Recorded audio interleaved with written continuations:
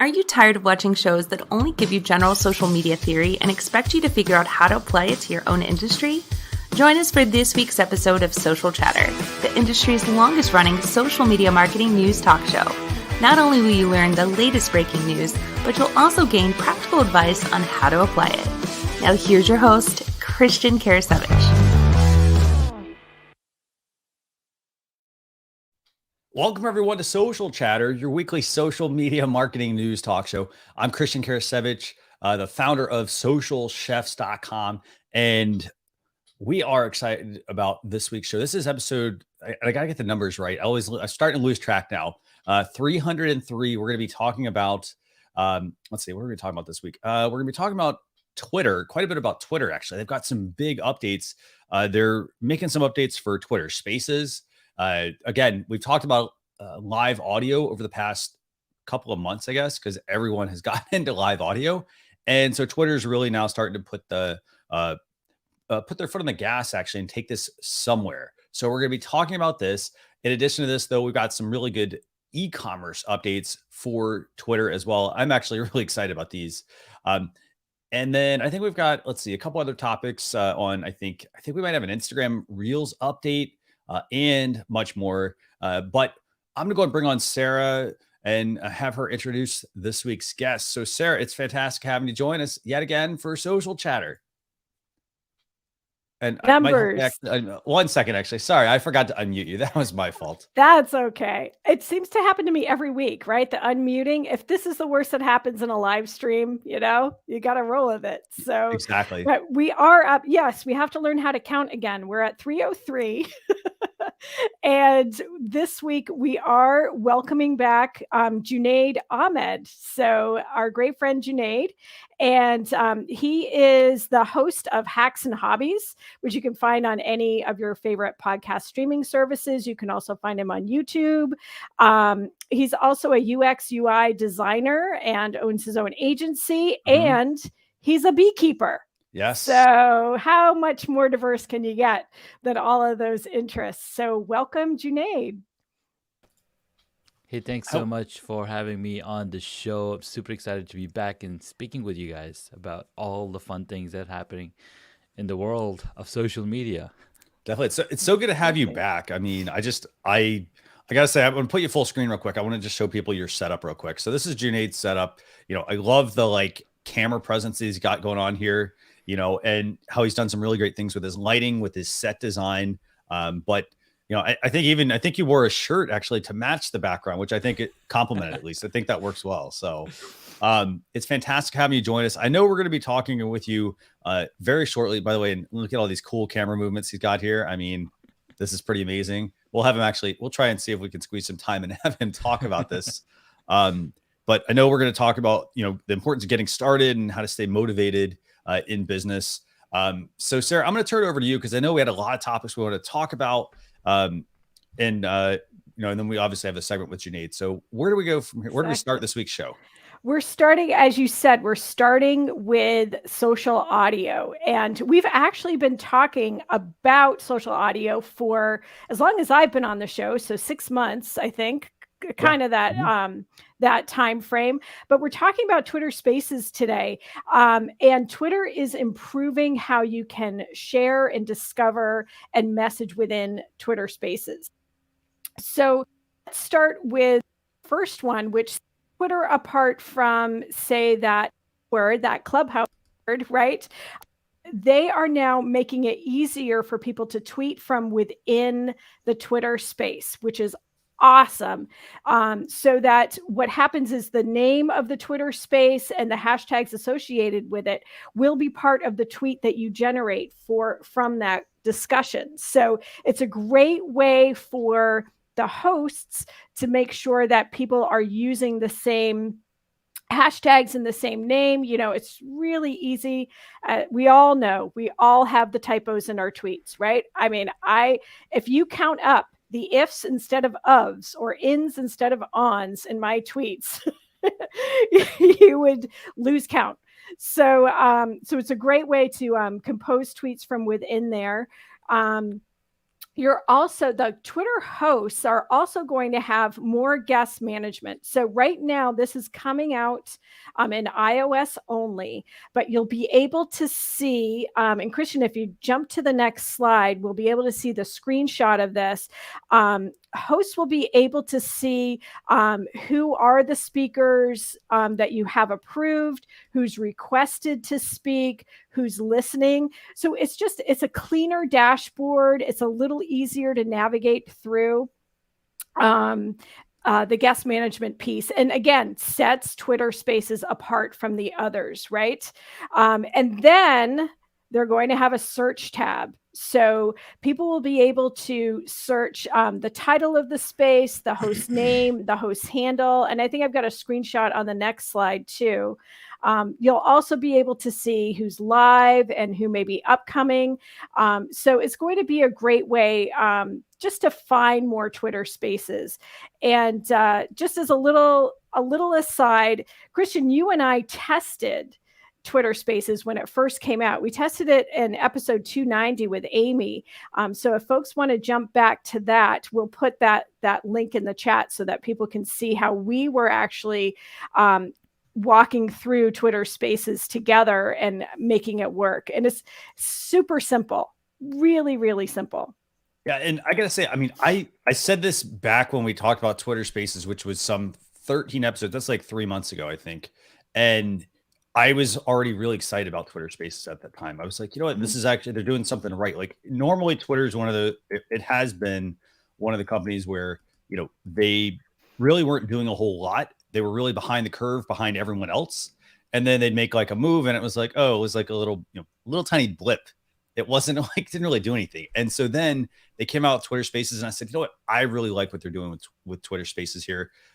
In terms of making it easier to discover and share Twitter Spaces, I think, you know, again, that's another really big step in the right direction, I think, because like the fact that like you have to remember this, and I was looking at this a second ago in your screenshot, and it's the fact that if I'm on camera, for example, like I'm not on camera, that's the thing I have to remember.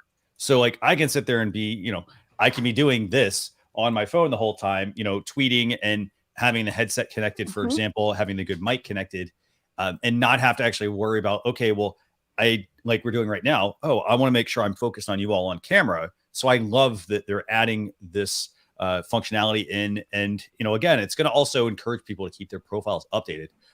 Junaid, what do you think about this? The fact that Twitter is making Spaces easier to discover and to share. Do you like this? Do you think it's a good move for a business? What's your take? I think it's an absolutely excellent move for Twitter to, you know, enter and add more functionality. I was reading that they've also added a web feature for Twitter or Twitter Spaces. Yeah. You know, you got to remember that each of these companies that are bringing on these features want the people to stay on their platform and want people to utilize, you know, hey, you can buy this thing from over there, but guess what? We also have it. And what's really interesting, you know, when you mentioned, Sarah, that it's easier to tweet from within a space. Well, if you remember back in the days when there was Periscope, you could go live on Periscope, and then within Periscope, or I think there was another application, I can't remember, but anytime you commented on a live stream, it came out as a tweet. Periscope kind of kept it within the live stream. So it's a feature they've had working in a different way, but now they're like, all right, you know what? How can we bring more people into a space conversation that you're having? And that's what tweeting from within the space makes it happen. And we've also experienced a lot of disconnect, especially when on Clubhouse, when you're having a conversation, you want to share what you're talking about. Like, I got to tap on here, then go here, or you're having a side conversation on a different platform. Well, they try to look at what everybody else is doing. Hey, how can we bring all of that experience within the application so that people don't even leave and enjoy the conversation and the process? Right. I'm not seeing Twitter Spaces on my desktop version yet. I don't know if you two are. I'm just seeing it on my mobile app. I think some people have it. Some people have it on desktop. It's on mobile web and desktop. Again, not always rolled out to people at the same time. Right. They did start testing it. Again, some people may have it. I know I don't have it. But again, I mean, I got to say I like Junaid's point here, and this is going to get to our next topic, by the way, Sarah. And it's the fact that, and it's sticking with Twitter, actually. It's the fact that these platforms want you to stay on their site. They don't want you going anywhere. And so, right. I think this is, I think it's like you need to make it easier, remove as much friction as possible to get people to share things, to encourage them to actually be active while something's going on versus, hey, I'm just going to like, for example, doing a whole bunch of like automated tweets, for example, like doing that kind of thing. Like that's not really going to like fly, I guess you could say. I'd actually, I would be interested to see if like you could do some scheduling of Twitter Spaces content. That would be interesting down the road, maybe, Well, you can discover upcoming. So right. For sure, there's scheduling already a part of it. I was thinking actually more along the lines of like scheduling, like going into like an Agora Pulse. So for example, being able to like, for example, we could have our conversation maybe off of or inside of Twitter Spaces and then say, okay, like almost like pre-recording like the Spaces content and then having the ability to maybe share that at some point. I think that would be kind of interesting. Gotcha. Maybe that'll be down the road. Who knows? But again, you got to get people there first. And it starts with having good content, but it also then starts with, having, make it easier to share and discover that as well. Right. And let's not discount the already built-in audiences, right? When I go into Clubhouse, I have to search for some of the creators or people I want to follow. Whereas Twitter, they're already there. And I already have a following on Twitter too. So it's much easier to get those followers to your audio room. Definitely. On Twitter. Is there anything else you want to add to this topic or do you want to move to the next one, Sarah?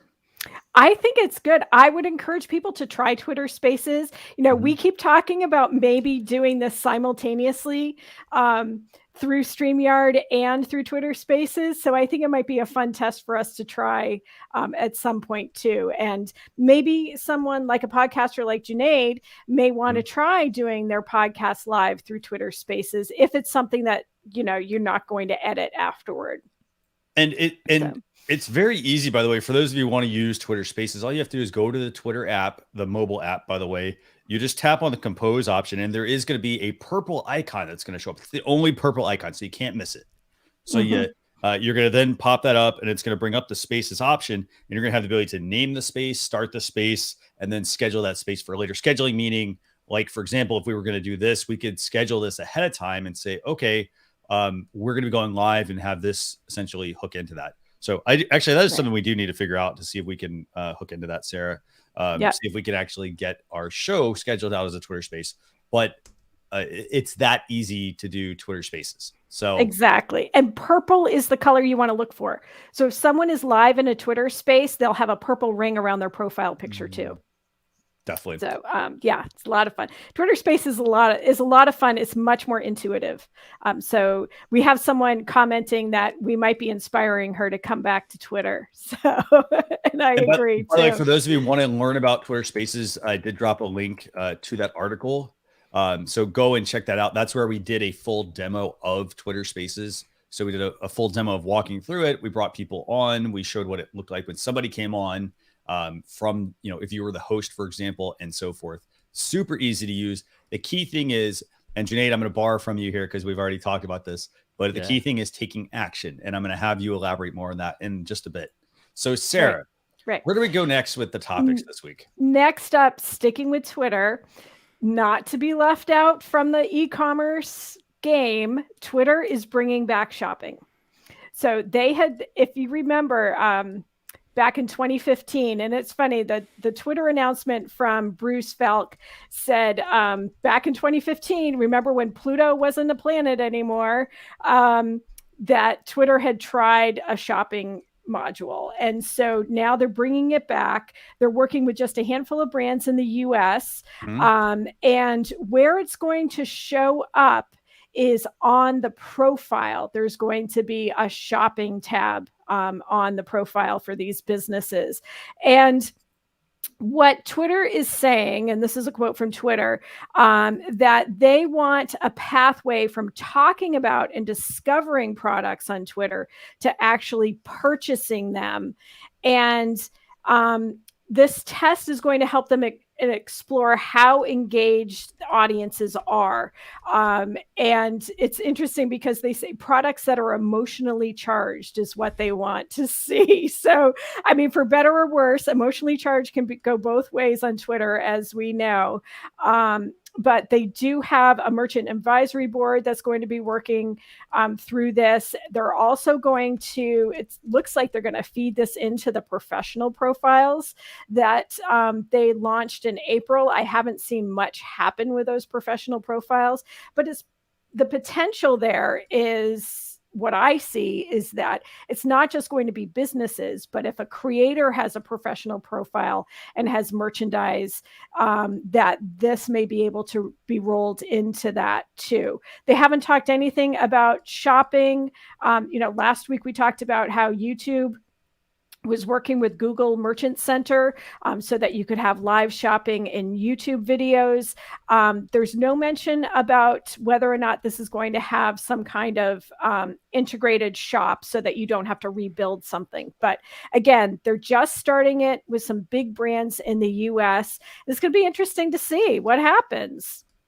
So what do y'all think in terms of, in terms of, I mean, actually, no, I'm gonna take this question real quick. So, Junaid, you talked about this just briefly a second ago about keeping people on platform, and it's all about providing those features that are going to keep them there. I love the idea of having shopping on Twitter. Do I think it's going to actually be efficient and going to actually drive some sales? I don't really. I'm the jury's still out on that one, because I know a lot of people, they say, oh, well, I shop on Instagram, for example, and they buy because of some random ad that they saw. So I think the big challenge Twitter's always going to always has had is that it's been associated with a lot of spam, a lot of spam, a lot of fake accounts. And so, again, it also has to be one of those things where you have to get people sort of out of, like, you kind of have to get them out of those social media dashboard tools. While I love the social media dashboard tools, if I'm Twitter, for example, that hurts me because it doesn't get people to that profile for the most part. Because if they're just going there, they're reading through the feeds that are already on the social media dashboard tools. They're checking out who's liking their tweets, who's retweeting them. For example, they're checking out some of the feeds they've already set up, and they're very rarely getting back to somebody's profile to actually go buy it. So I do think something there is going to have to change in terms of, keeping people on platform. The other thing I think that's also super important to mention is that a lot of times when people, when a business gets on social media, they're given essentially bad advice. And that advice, or maybe it's just not described well enough. That advice is, hey, you need to have a presence everywhere. But what's the problem? People get on these platforms and then they can't keep up, right? But the thing is, to Junaid's point, the platform wants to keep you on their site. So, for example, you could really just, if you wanted to, just pick one network and build on that one network, because chances are they have the same feature set across all the other ones. You just need to basically identify, it's almost like buying real estate. You need to pick the right location where, for example, like, is that the right place that I want to have my business? If Instagram's the place where everybody's at, or Twitter's the place where everybody's at, I want to make sure that I am, then putting all my effort into building that versus spreading it out, very like thin initially. Junaid, is there anything else you want to add about Twitter shopping modules?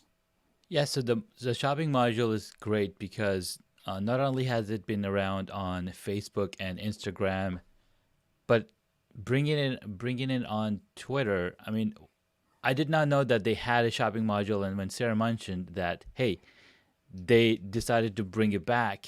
Well, what's interesting is that where they're putting this shopping module is similar to where it's very similar to how it's positioned on Google as well. For example, if you search for a specific product on Google, if it's for sale, it's going to show up on top right below the search engine button, the search engine box, before any ads as well, right? So Twitter is now experimenting with that. And yes, there has been a lot of automation on Twitter because it's so much easier. They opened up their API ahead of time. They were, one of the one of the pioneers in that space, opening up their platform, enabling other software to jump in. But what that enabled is that it enabled a lot of spam coming through. Now, Twitter has been going back and cleaning up that API. They're cleaning up that stuff. So bringing this shopping module into this space is, again, an experiment. But guess what? Twitter also has the ability to put ads in. So it's another way for them to drive their ad model. Like, hey, you have products on your profile, you can run ads and bring people back to stuff that you want to sell. Right. And Twitter has a very specific engaged market too. When you think about the sports fans on Twitter, just imagine what the apparel business can do, the sports apparel business can do. I mean, honestly, Instagram ad, my Loom Cube is an Instagram ad. Okay. So hey man, I am guilty of buying off of Instagram all the time. Exactly. So will Twitter be able to do that with their audience? I think that's what they're trying to figure out.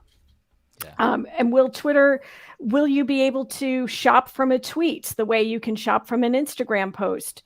Maybe. So I think they're being cautious, which is great. They tried it 6 years ago, wasn't going to fly.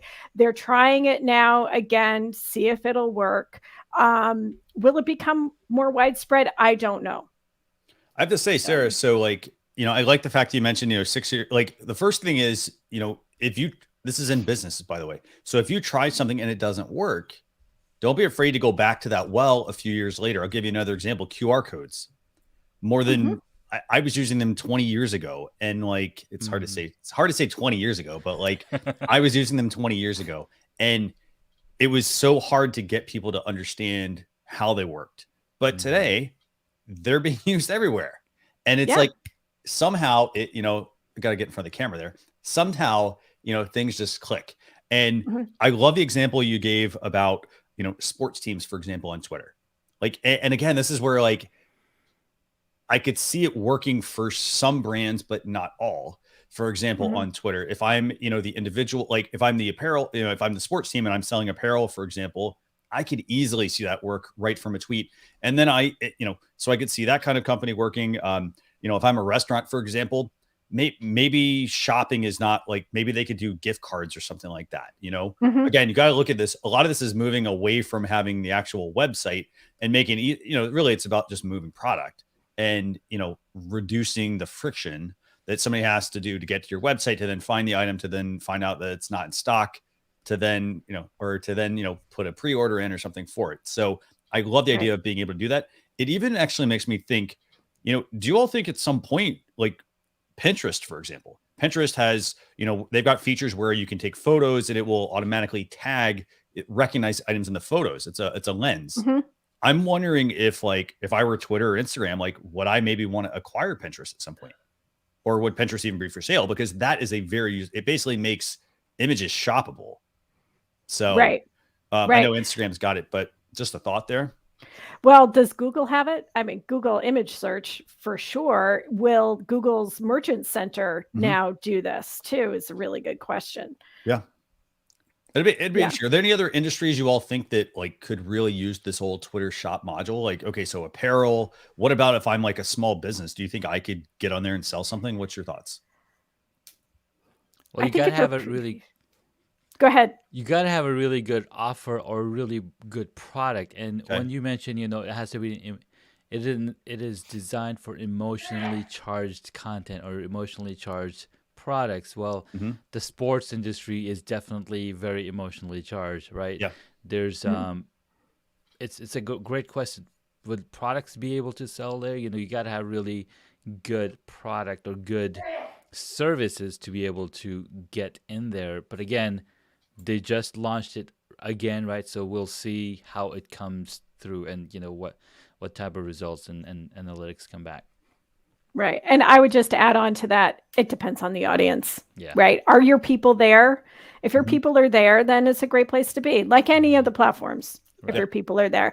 I can see it, when I think of the biggest use for Twitter, sports, news, authors. So, I can see a lot of books. I can see a lot of sports apparel, anything associated with that, training, Peloton, any kind of products related to not just the teams, but also fitness and all of that. Yeah. So it'll be interesting to see who the first people are, who the first brands are to come onto it. So, and I got to say one other thing I want to add real quick about this, and that's the fact that, and we had this question, I think last week when we were talking about YouTube live shopping and Google shopping, for example, and Letitia had asked the question, she had asked about, what about like, if you don't have physical products? And this is where, like, I think as a business, you need to start thinking outside of, selling courses, one-on-one coaching, things like that, because a lot of these platforms, they're designing it to ship physical items for the most part. They're not designing it to ship a one-on-one coaching session or an online course. So you may want to think about different ways to maybe do that. And we talked about it, recently as well. Like, if, for example, if you have an online course you want to sell, if the platform doesn't offer the way to shop and buy that, for example, maybe you could create bundles, and that bundle could be, hey, I'll send you a t-shirt, for example, that I sell, or a coffee mug or something. And with that, there could be maybe a card that goes along with it that has the instructions to maybe go back to the website to get the course, for example, ways to kind of like smart strategies, I think, to really still be able to sell that. Exactly. Especially if you're doing, again, Twitter Spaces, if you're doing any kind of sponsored content, if there's a way to get your products or services back into that, it'll be interesting. It'll be interesting to see. Sarah, you just mentioned something. You mentioned Twitter Spaces where you have voice conversation. Well, guess what, guys? When we're on Clubhouse, what are we doing on Clubhouse? We're tapping on people's faces that are in the room. That takes us to the profile. If you're in the Twitter Space room, you're going to tap on people's profile and get to their page.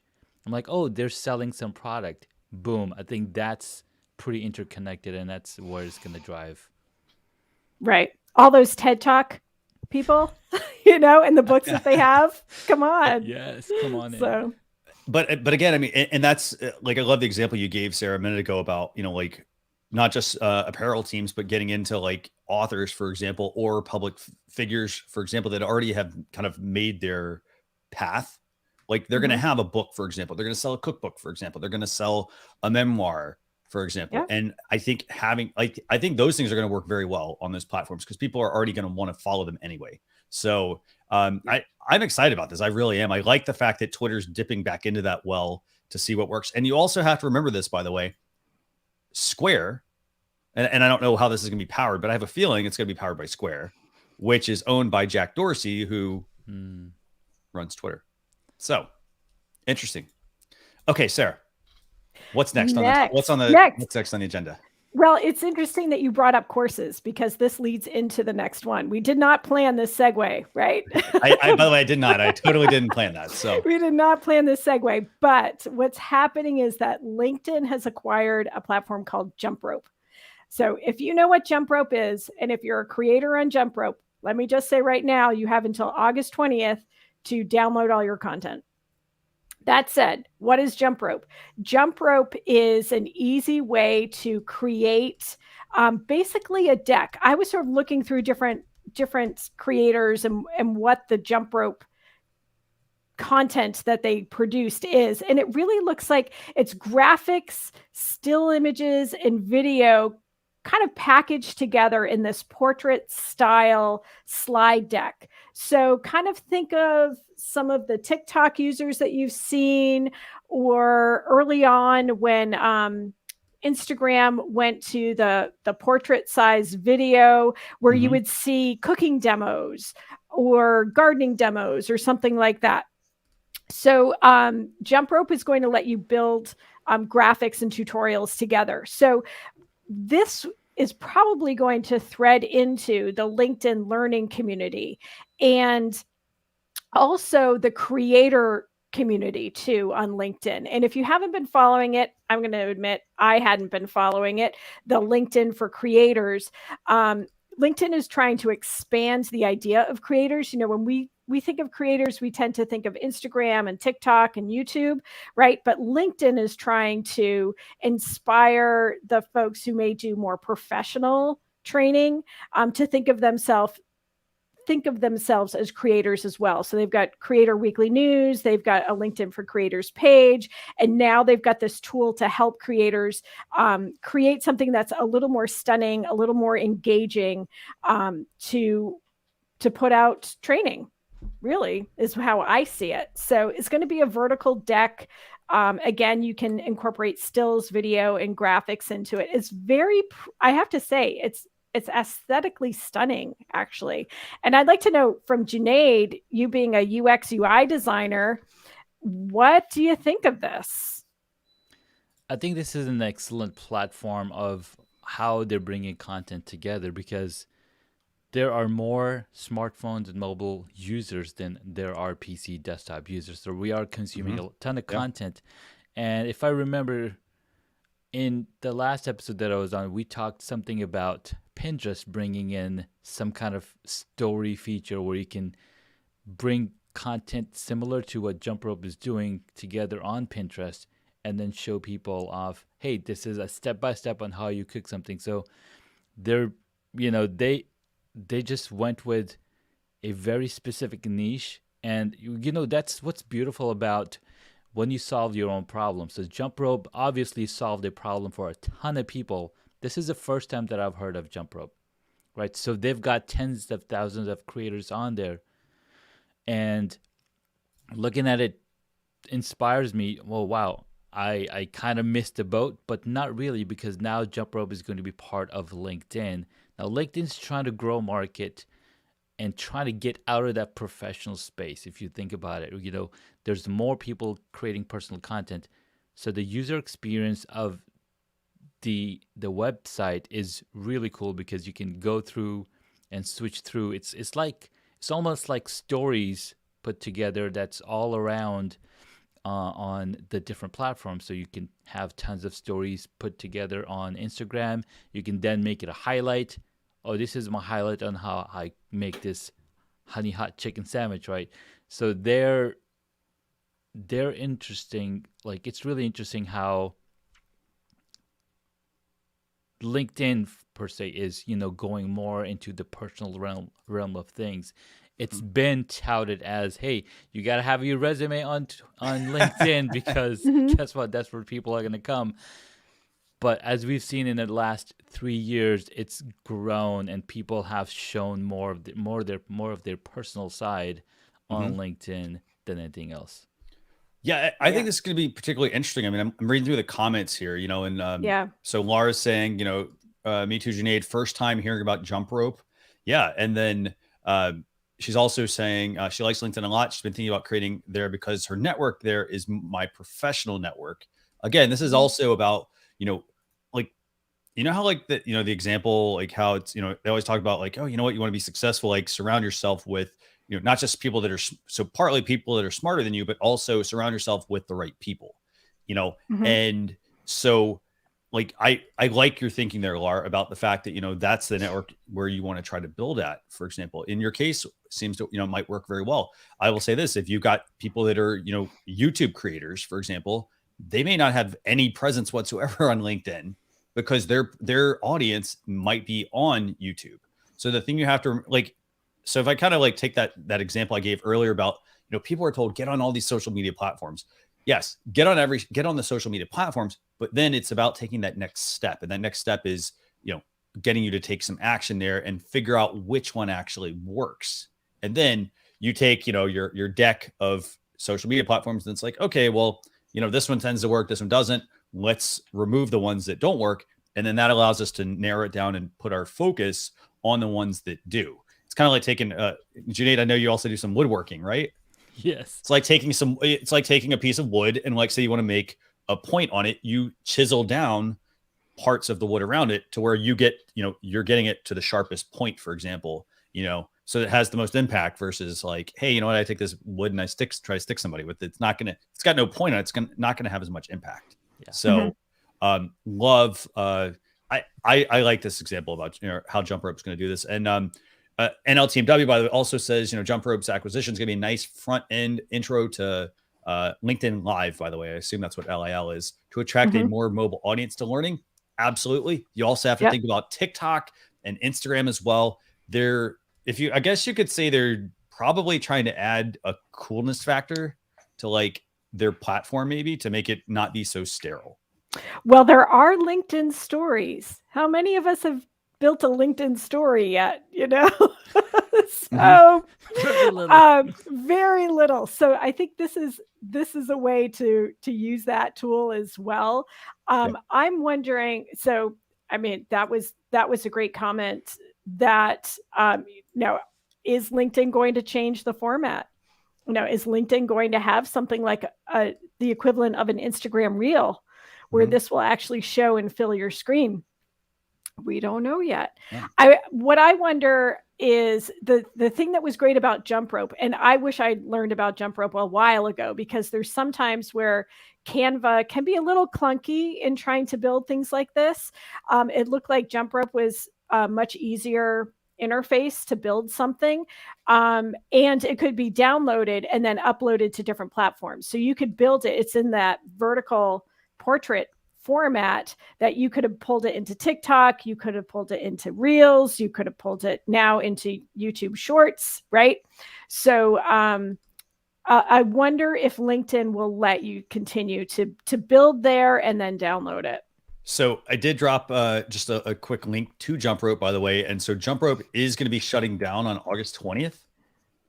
But I got to say, I mean, if you kind of think about this, like, I actually am really excited about this. I think that it makes so much sense when you think about like the LinkedIn learning aspect. Like they're trying to go beyond just like, oh, hey, take this like corporate training and certification, for example, from, some major company.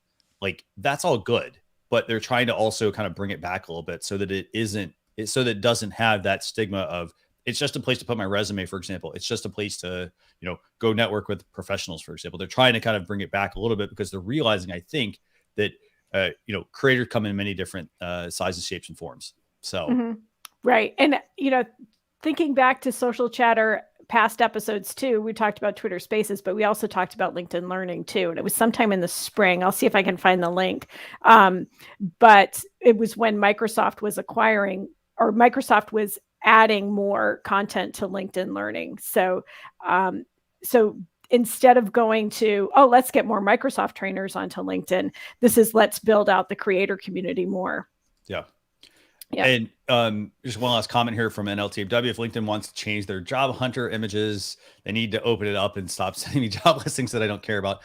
I would absolutely agree with that one as well, NLTMW. There's a lot of, and that's partly like they need to maybe just do a little tweaking to their algorithm, how those emails are sent out, for example. So who knows? But yeah. Okay. So I Sarah, get them too. I think we're going to do a quick lightning round, right? Like we covered the main topics. We have a couple other ones we wanted to also just quickly highlight. I'm going to turn these over to Sarah. Sure. Your turn. Okay. First one, Instagram Reels is increasing the time to 60 seconds. When I read this news, I was like, I thought they already were. I thought I have been watching Reels that are longer than 60 seconds, but apparently not. My time is off. So anyway, Instagram Reels is going to be 60 seconds. For those of you who are counting, the Instagram feed posts that are videos are also 60 seconds. So they're starting to have some consistency across their platform when it comes to these little video clips. We'll see what happens. We know that Instagram has been talking about the fact that it frustrates themselves, that they have so many options for video. There's stories and reels and IGTV. And so I think they're trying to sort out what's going to happen. But honestly, this is probably an analytics based piece, is that people are watching 30-second reels. And so let's test to see what 60-second reels do. Because honestly, I think YouTube shorts can be up to 2 minutes or something like that. So interesting to see what Instagram Reels does. The other piece is we're going to Snapchat. So they're still around? They're still around. And they're now calling Snapchat now has My places. I'm being very careful how I pronounce that. So they are adding to their Snap Maps. Always a little punny here, right? So they're going to add recommended places, things like businesses, local hotspots, parks. They're also going to add personalized recommendations and events. And so these recommendations will come from friends, but also the global community of Snapchat users. So if you are if you're lucky enough to be traveling right now, you may get some more recommendations. What's going to come after this is a layer with Ticketmaster and the infatuation. So what that says to me is that Snap Maps will now have the layers to buy tickets. So you may find a recommended place, let's say a concert or a park, and you'll be able to buy your admission ticket right there on Snapchat. So interesting little news from Snapchat. They're still there, and you can still use them. I could have used it last week when I was traveling to Colorado. I have to say, when I travel, I used to love Facebook events because you could even when I was planning a vacation, I could just put in the location and the dates, and I found like fire breathing events and these cool underground galleries and all this cool stuff I never would have found just on my own. And now, of course, Google search has a lot more events too. And I got to say, if you're ever going to go to, like, when you are traveling or you're looking for something different to do, don't always, like, this is the whole sort of Google effect. Don't always just go off of what shows up on page one. Like, yes, it's going to always be your TripAdvisors, for example, your Expedias. Am I forgetting any of the other major ones?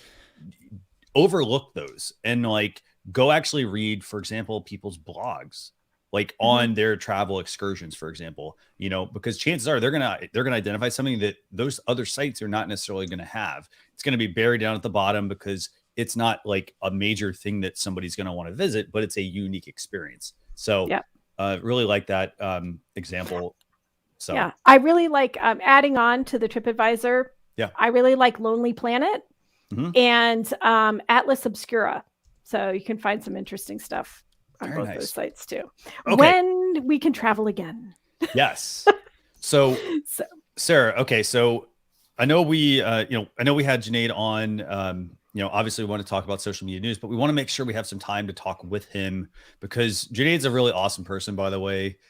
You and I both, I know, really like just learning from him, because he gives so freely of his information and he's super knowledgeable about things. So, Sarah, I think we had prepared some questions for him, right? So what were these? We did. And it actually kind of, it ties into what we've been talking about and in the comments too, people talking about, oh, maybe I should try creators, Twitter Spaces. Maybe I should try to think of myself as a creator on LinkedIn and try some of these tools. So Junaid, we wanted to talk to you about getting started, right? Sometimes that activation energy of getting started leads to long-term success. So let's ask, you have started a lot of different things. You're in a lot of different places from YouTube and podcasting and Instagram. So why is getting started so difficult? That's an excellent question. Why is getting started so difficult? Well, number one, it takes a lot of energy and effort. There's a lot of prerequisites to getting started to anything at all. But the fastest way to overcome that is just to take one small step. Even if it's writing down what you want to get started about, just write it down, because then you can say, oh, I have these things written down. Let's see what's the first step. Just break it down as smallest pieces as possible. Think about when you're baking a cake, when you're doing something that requires a ton of different steps. How do we bring in those small things together, right? So start with the smallest thing, the simplest thing possible. And if you don't know where to start, there's a ton of other creators, other people that are doing the same thing that you want to get into. So ask questions, see what they're doing, how they got started, look at their first steps. When I wanted to start my podcast, I just kept running in my head for 6 months. Like, I want to start a podcast. But what would I talk about in the podcast? Now, luckily for me, I had just finished my beekeeping class, and I just finished reading the book by Gary Vaynerchuk, Crushing It. And he says, just document your journey. Just document what's going in your head, and just start creating, because that's going to give you immediate feedback. That's going to tell you in your mind that you're feeling good. And when you feel good about something, you want to do more of it. So just getting started, taking that first step is going to trigger that motivation, that momentum, and keep going. And so how does that starting contribute to the long-term success too? You know, there's that old saying, start as you mean to go. And I think sometimes we get too wrapped up into where we're going, that it stops the start, right? Yep. So as you start, you're going to find yourself among people who started, among communities that are then going to continue to, again, motivate you. And as you keep going, people who want to start will see, oh my God, you've been doing this for 2 years, you've been doing this for 3 years, you've been doing it for 5 weeks. They'll see and they'll get motivated, which technically I think is success in itself. Because if you've done something for 5 weeks, if you've done something for 5 years, that is a success, because that's something that you can look back on, and it gives you even more material to talk about. And as you continue to do that, it builds your brand authority, it builds your personal brand, and people can come back to you and say, hey, this guy knows a little bit about something because he's been doing it for 3 years. I didn't know anything about setting up studios, because all I knew was setting up a stage when shooting smart short films. But I had to get started somewhere. So if you look at my initial videos, my video didn't look as good as it looks now. And I'm continually upgrading, I'm continually changing here. That's my success, because I was able to create something that not only shows success, but it also goes back into the steps that it took me to create that success, by taking that action, by continuing to do the boring thing, the fun thing, the boring thing, right? You want to switch back and forth. I have to say, the one point you just made a second ago, which I think is super important. And by the way, you mentioned Gary's book, by the way, just a heads up to everyone who's watching. It's $2.99. Actually, it's been $2.99 the last couple of days on Amazon. For those who want to pick it up, it's a very good read, actually. So I dropped the link to that in the comments, but I did want to touch on one thing you just mentioned. And, this is about building consistency. Like, how do you keep yourself motivated? Here's the thing. If you take an athlete, let's just take an athlete. Okay. So if you're a basketball player, a tennis player, for example, you're doing the thing that I think really separates a high class athlete from, just like a sort of like, okay, just a sort of like a recreational person, is that they're putting themselves in the right position. So they're like you mentioned a second ago, they're networking with other people. They're getting themselves in the right circles. But the other aspect is doing, and this is going to sound really boring, they're doing those boring things. They're consistently doing those. They're not giving in to like all the temptation, for example. Like, okay, hey, you know what? I could easily go and just sit in front of the TV, for example, or I can go and sit online, for example, and read stuff. Or I could actually go and take action and do the things that you basically are doing the things that other people aren't willing to do. For example, if I'm the basketball player, I'm shooting more jump shots, for example, or 3-pointers. Like, you always wonder, well, how are they consistently, able to hit that 3-pointer, for example? It's because they've conditioned themselves. Like, they're taking lots of shots, they're getting used to it, for example, so that it becomes second nature. Same thing in business. To your point, like taking that first step, super important, very hard. But once you do it, big deal. Like, you're like, oh, that really wasn't so hard. It was actually a lot easier than you thought it was. I love the example. Sorry, go ahead. Go ahead. I love the example of the basketball analogy, because Steph Curry did exactly that. He was the first person to go in the gym. And not only are you competing with somebody else, You don't want to compete with anybody else because everybody has a different journey. You want Mhm. to compete with yourself. And that's what Steph Curry did. That's what Michael Jordan did. That's what Kobe Bryant did. Yeah. And recently, there's an 18 or 19-year-old in the 400-meter men's swimming Mhm. that got first place. Yeah. And I learned about his story. He trained by himself. There was no team around him. He just trained and just wanted to get faster and faster for himself. Mhm. And which now he's now the fastest 400-meter men's swimmer in the world. Yeah. Right. And to use a non-sports analogy for Sure. those who like to listen and not something that's a little less sports oriented. We talked about this in the show prep too, Junaid, is that when we had prerequisites for college or even secondary school, right? You don't learn how to do algebra until you learn how to add, right? And I know you guys are Gary Vee fans. I'm really not. And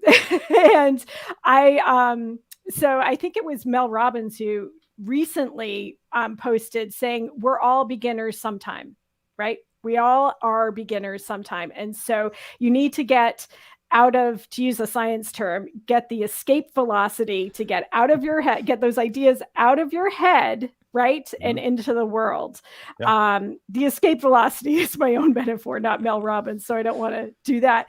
But the other piece, you know, you posted the Gary Vee crushing it piece. I also really like Brene Brown's Dare to Lead concept about being vulnerable, right? Yes. There is a component of bravery and courage, but it's also accepting that you're going to be vulnerable when you put yourself out there, whether you're building a business, whether you're starting a podcast, doing a live stream like this, whatever it is, putting yourself out there comes with that vulnerability risk. And how do you embrace that? And that's super important actually, because you know, Junaid, we briefly alluded to this at the beginning, and it was the fact that, you know, you were a beekeeper, you've gotten into beekeeping, for example, you know, and so I think part of it is like, you know, and you can probably speak to this, but like taking, you know, part of it is like, okay, if you set your, like you said, okay, this is what I want to do, and then you put yourself in the position to get to that point. And how do you do that? That was either, you know, in your case, like, if you don't have any beekeeper friends, for example, you could go online, for example, join some Facebook groups. You could go watch some YouTube videos. You know, you could take that other next step. And again, this is the thing that a lot of people, they take this initial step and they go and buy all the stuff. The buying of the stuff is like, okay, but it's really not you need to do the other things first. Like, make sure it's for you. For example, go and spend some time with people that are beekeepers and see if that's actually something that interests you, you know, versus like, oh, I went ahead and I don't know how much beekeeping gear is, you know, or buying hives or the equipment, but like, you know, a lot of people jump into like, oh, they buy all the stuff and then they just never do anything with it. So, are there any tips you would share there for our viewers? Yeah. So, for example, when I learned about beekeeping was 8 years before I even got into beekeeping, right? There was a step-by-step, like stacking up things in order to then actually get to do it. But one of the things that I learned about beekeeping was that, oh, you got to join a local beekeeper community. Because guess what? When you're with local and people around you, they have hands-on experience. They could tell you, hey, this is the first thing that you need to do. You got to take this class that's 8 weeks long so you can get acclimated with the terminology, get acclimated with all the equipment that you're using. And since they're beekeepers, you can go to their apiary, you can go to their beehives and look at all the cool things that are involved in it, right? So taking that step, connecting with communities that are going to help you move towards that space is super important. Again, we vibe off of other people rubbing off on you, helps you get better at doing that thing. When I was building my studio space, I hung out with other people that were building their studio spaces. I hung out with other people that were doing live streaming, right? So bringing all of those things together, you got to stack it up. And I wrote an article a while back all about communities, because there could be a ton of different communities that you're part of at different stages of your life. When Sarah mentioned you got to learn addition to be able to then do algebra, to be then go to the next level, right? So it's so many different things that stack up on top of each other. But the first thing that you got to do is take action or talk about it. Even if you talk loud about it, hey, I want to do cycling in the next 6 months. Guess what? The word is heard. It's set in motion, and it's gonna the back of your mind is gonna start turning the wheels and making that a possibility. Excellent point, yeah. And just a couple of quick points on that. I mean, again, it's taking action, breaking, like, for example, if you know that it's going to take 8 weeks to get a course done, for example, that doesn't mean like trying to squeeze everything in right that you're currently doing on top of, stack. It becomes too much. If that's where your direction is going to be, you need to lighten the load. It means, reducing some of the things you might be doing, for example, doing the things that are going to get you, over to that goal, for example. Yep. 8 weeks, for example. Okay. So then, what do you need to actually do to get there, for example? So there's lots of things you need to think about. But I love the points that you brought up about that. Sarah, do you have any other questions for Junaid?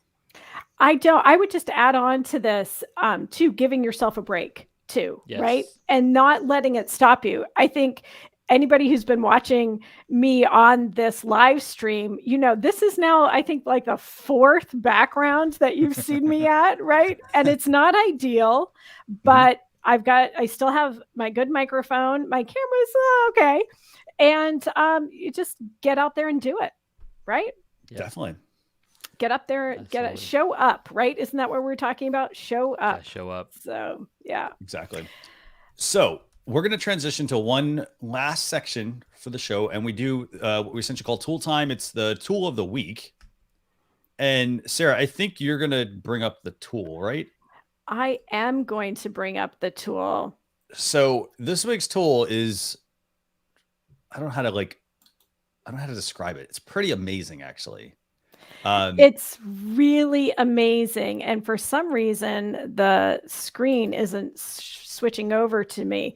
So I think it's called Kamua, right? I think that's what it's called. That's how we're pronouncing it, is Kamua. And I wish I had seen this earlier, but I know about it now. So it is a way to, let's see if my screen is sharing. Oh, that's back to the not tab. fun. Go back to the Going back to the tab. There we go. So this is kind of a 3-parter here with what Kamua does. So it lets you resize, cut, and caption video. So let's first talk about the captioning, right? So here's their little video playing. So it's going to let you embed the captions. You can move it around. You can change the font, the size, and the position. So who of us have had those auto captions just be in the wrong place at the wrong time, right? Mm-hmm. So you'll be able to move them around. You can optimize it for portrait as well. And you can edit the copy too. So if I've worked with some groups, I've worked with some indigenous groups where I've had to edit their captions, and it takes a really long time to do that. So this is a much easier way to make that happen. They're also going to let you preview the videos for different platforms. And this is a huge time saver. If you've ever edited a video, rendered it, downloaded it, and then uploaded it and found that it didn't look good on that one platform, then you have to go back in and restart the whole thing. So again, huge time saver for this.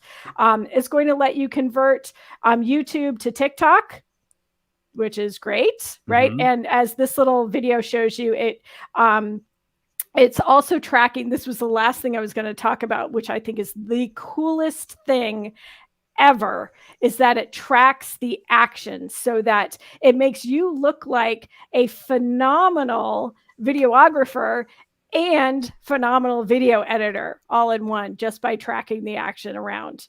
So I think it is an amazing video editor. The other piece, for folks who are doing long videos, like if you have done a live event or a webinar, it automatically cuts it automatically puts in cut points. It's using its AI to put in some cut points so that you have shots and scenes and clips so that you don't have to slog through your entire video to put in those clips.